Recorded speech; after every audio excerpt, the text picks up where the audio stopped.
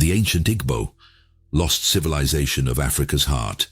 Before the colonists came, they had already built a world, the forgotten forests of Igbo land. Before the world was mapped, before kingdoms were carved by swords and colonies, there was a people nestled deep within the green heart of Africa. They did not need palaces to prove their wisdom.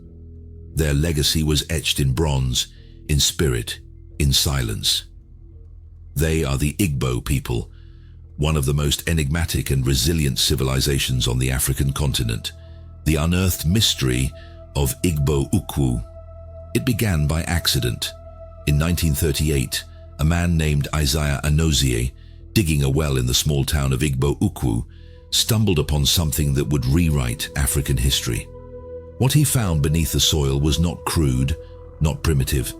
It was a treasure trove of bronze sculptures, ceremonial vessels, and sacred ornaments. So detailed, so sophisticated, that Western scholars were left stunned. These relics were over 1,000 years old, crafted in the 9th century, during a time when much of Europe was still in the Dark Ages. And yet, no evidence of smelting furnaces or casting molds were found. No wheel, no complex tools, just perfection in metal. How did the Igbo do it?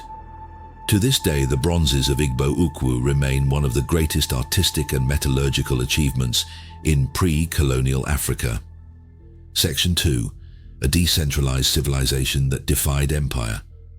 While most civilizations built pyramids or palaces to showcase power, the Igbo followed a different path. They had no central king, no sprawling empire. Instead, they were organized into autonomous villages and clan-based communities, each governed by councils of elders, title holders, age grades, and women's assemblies. Their system was built not on war, but on consensus. In a time when monarchs ruled with iron fists, the Igbo chose a society rooted in balance and collective wisdom. Their values were passed through oral tradition, not written records. Yet they carried laws, philosophy, ethics, and cosmology far older than many written scriptures. Section 3. The mystical worldview. Spirits, symbols, and the sacred to the Igbo. The world was alive with spirit. They believed in Chukwu, the supreme god, and in a cosmic balance between the visible and invisible realms. Everything had spirit, Chai, a personal god guiding each soul.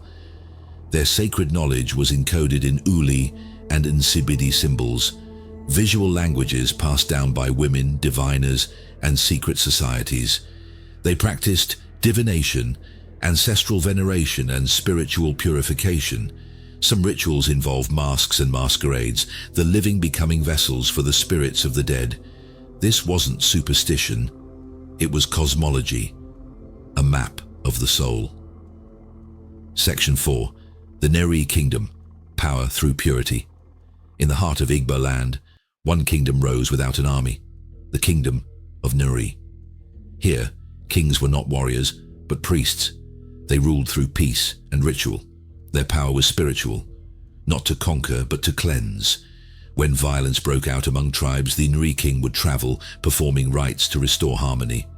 He was a peacemaker, a mediator between humans and gods.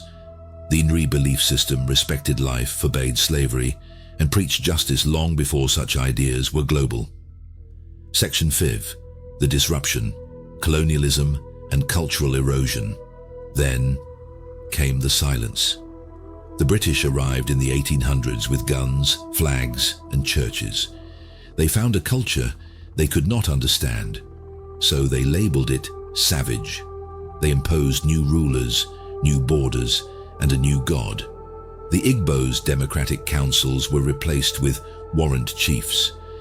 Their sacred rituals were banned, and their women, once leaders in spiritual life, were silenced. But the Igbo did not go quietly.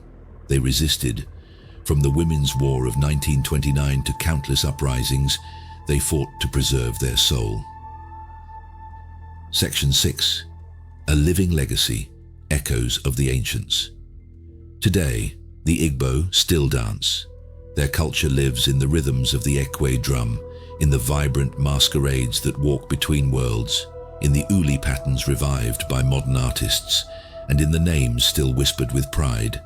From the markets of Onitsha to the diaspora communities across the world, the Igbo spirit endures. They were never primitive, never lost, only misunderstood. The silent revival. They were not a tribe.